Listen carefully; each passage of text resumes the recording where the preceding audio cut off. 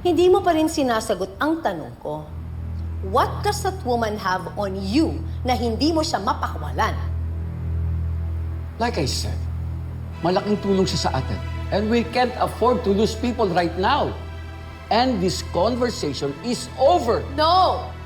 It's over pag sinabi kong it's over.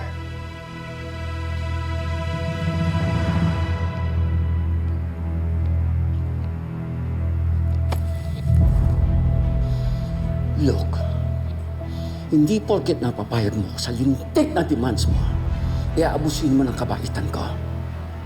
You think you now have the power over me para diktahan ako? Nagkakamali ka rin na. Pinagpipigyan lang kita.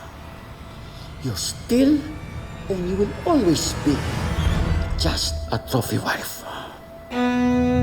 You're just an accessory kapag may kaharap akong iba. A shiny doll in front of the camera to prove to everyone that we're perfect, that we're better than them, despite the problems. Hanggang doon lang yan. Dahil wala na akong natitira ni katiting nararamdaman para sa'yo.